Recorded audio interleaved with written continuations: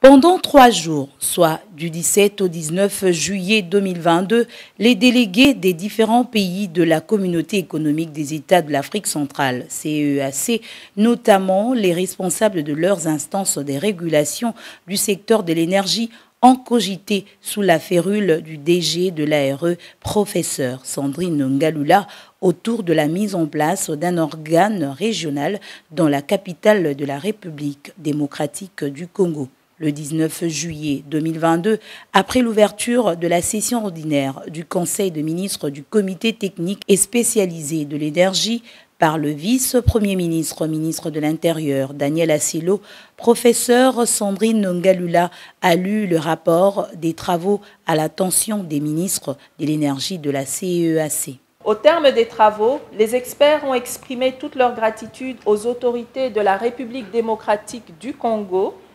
particulièrement à son Excellence Félix Antoine Tshisekedi Tshilombo, président de la République démocratique du Congo, chef de l'État, président en exercice de la CEEAC,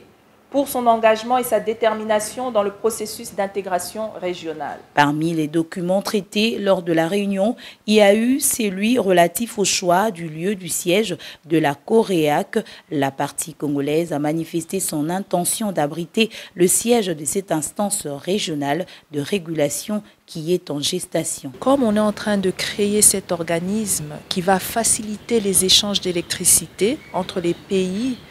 de la CEEAC, il est important d'avoir cet organisme et nous avons fait un plaidoyer pour pouvoir obtenir le siège de la COREAC,